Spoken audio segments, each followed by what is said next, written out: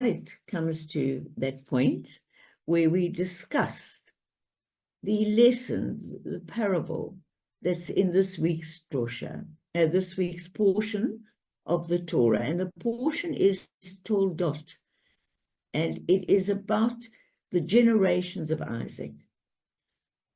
And we're going to be reading actually from the Torah tomorrow morning in shul. So I always go into it in much greater depth then. But anyway, just to sum up and just to share a few thoughts with you, Rebecca has twins, Esau and Jacob. Esau gives Jacob his birthright in exchange for some stew. It says they met in the field one day, and Jacob was hungry. Esau was hungry, and Jacob said, okay, sell me your birthright, because in our tradition, as in most ancient traditions in the African culture as well, the firstborn son is the one who is favored in terms of what he will be given when he grows up, etc., and looked up to. So after that, another part is King Abimelech is led to think that Rebecca is Isaac's sister, and later finds out that she is really his wife. We know that Isaac was a very reserved, shy scholar. And they say that when Rebecca first saw him in a distance after she had agreed with her father to come and be his wife, she was overawed, because there was just something so studious and so wonderful about him. And she was always slightly overawed, and they didn't really communicate as well as they should. But we'll be going into that in greater detail tomorrow. And so what happens is that Isaac knows that if this king Abimelech, when they're leading their people through it, or thinks that Rebecca is his wife, he's going to kill him and take her as his wife, as indeed King David did in a completely different era, as we know, and had to repent. So he asked Rebecca to tell a little, what we would call a white lie, that she was his sister, so that he wouldn't be killed. And it goes into great detail. And really the question that we will be facing tomorrow is that how come, in what a lot of people, I do as well, consider a holy Bible, holy words, there is so much deception and deceiving. I mean, they then deceive Isaac when he's very, very old. Rebecca tells her son, listen, deceive your father, let him think you Esau, because he came out of the womb first, and he might give him the first blessing. Make your arms feel hairy with the skin of a goat, etc. And it's amazing, there's all this deception, and yet these are our ancestors. And so it goes on in that when Isaac does this, Jacob does this, he and Rebecca deceive Isaac, and Isaac planned to bless Esau, his firstborn, and Rebecca and Jacob deceived him so that he didn't know. He wasn't sure. We're going to read tomorrow. The voice is that of my other son, but the skin is that of Esau. The voice is Jacob. And he doubts it, but he goes ahead and gives him the blessing. So, and then Isaac plans to bless Esau, but he blesses Jacob instead. When Esau finds out about it, he immediately threatens to kill Jacob, and Jacob has to flee to Haran. Now, it is amazing that it shows the qualities of humanity. All of us have the possibility of a white lie, or we deceive ourselves, we deceive others. That does not mean that humanity that did that isn't, perhaps like King David, going to realize the destruction around him, that he was corrupt. He killed a man to marry his wife.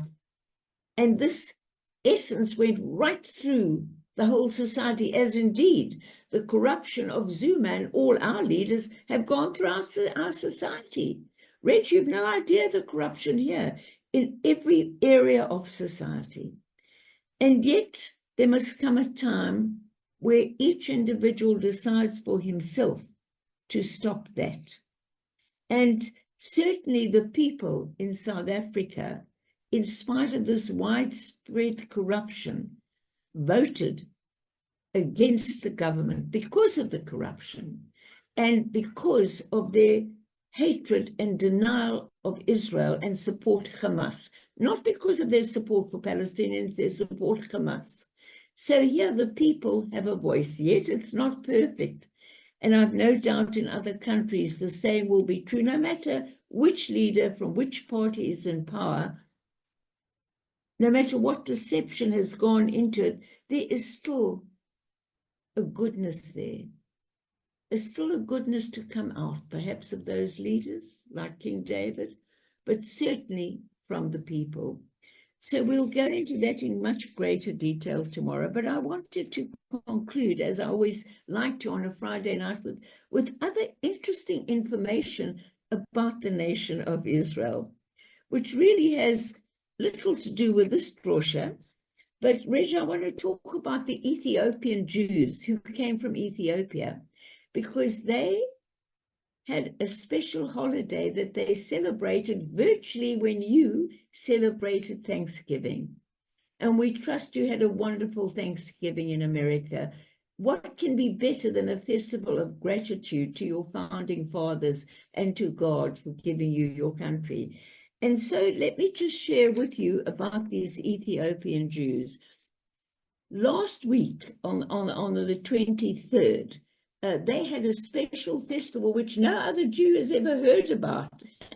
And it's called let me make sure, S-I-G-D, Siged. And I was fascinated by this, and I thought, let me just look into this. Today, I want you to know that there are 95,000 Ethiopian Jews in Israel. And it's so tragic or amusing when our enemies say you are white colonials like everywhere else, and yet there are nearly 100,000 wonderful Ethiopian Jews. In ancient times, color was of absolutely no importance. It was not something to peg your hatred on or your desire to rule and divide. So as I love my South Africans very much, I feel I've got so much in common with the Ethiopian Jews who are part of Africa, and yet their ancient Jewish heritage goes back right to 70. The Romans destroyed the Holy Temple in Jerusalem in 70 CE, that is in the Common Era. And Jews were taken as slaves to the vast territories of the Roman Empire. A group made their way through southern Israel into Sinai and then into the mountains. And from there, they made their way crossed into Ethiopia. And they settled away from most of the people, because they didn't want to their way of life and their religion to vanish. And they settled in a place called Gondar, G-O-N-D-A-R, which is the northwest of the mountains. And I'm not going to read all the detail. If you'd like, I'll send you what I researched on it, if anyone would like it. But all I'd like to say is they spoke Aramaic. They didn't speak Hebrew, they spoke Aramaic. And Aramaic is what our Kaddish and Yortzeit is written in. That's in Aramaic. They spoke the language of the area they lived in when they were still in the land of Israel. And so just a few interesting items. They are today called BETR, Beta Israel. When they learned about the 1948 establishment of the State of Israel, they waited patiently for the Israeli government to recognize the community, which, by the way, took years. And our reform movement and Rabbis for Human Rights and other rabbis, Orthodox and ourselves, fought the government to recognize these people and to bring them home as Jews. And we actually managed it. And in the Jewish agency, since the 1950s, have brought, as I said, more than 95,000 Ethiopians all the way to Israel. Now, their holiday of SIGD, it's one day, Rich, before your holiday of Thanksgiving. And no other Jews in the world practice this holiday. And they brought it with them.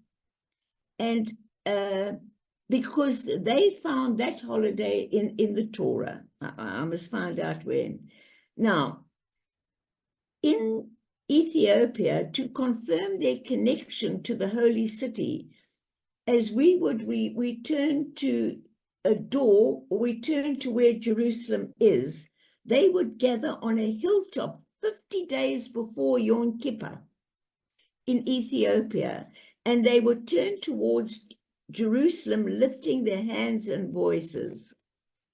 Their rabbis were called Kwesa or Kwesoch, led them in song and prayer, using Ge'ez, an ancient language expressing their connection to and love for Jerusalem, the love for God and his Torah, and their desire to return. Now, when they then actually came into Israel where they are, this holiday was not recognized.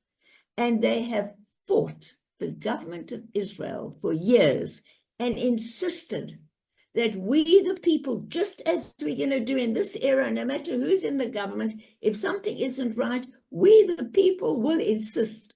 Well, we, the people, the Ethiopians, can you believe it, have insisted and refused to give up their tradition, because they said, look, even though we are today in Israel, in Jerusalem, this third temple isn't here. The temple's been destroyed, and we want to keep up our tradition. Our tradition makes us who we are.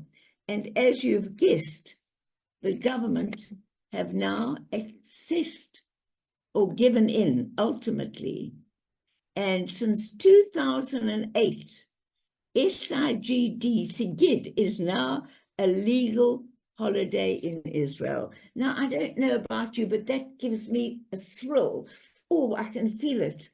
That even then, all those years ago, the people still had to demand in a nice way and insist and protest and go on and on and on until the government gave in.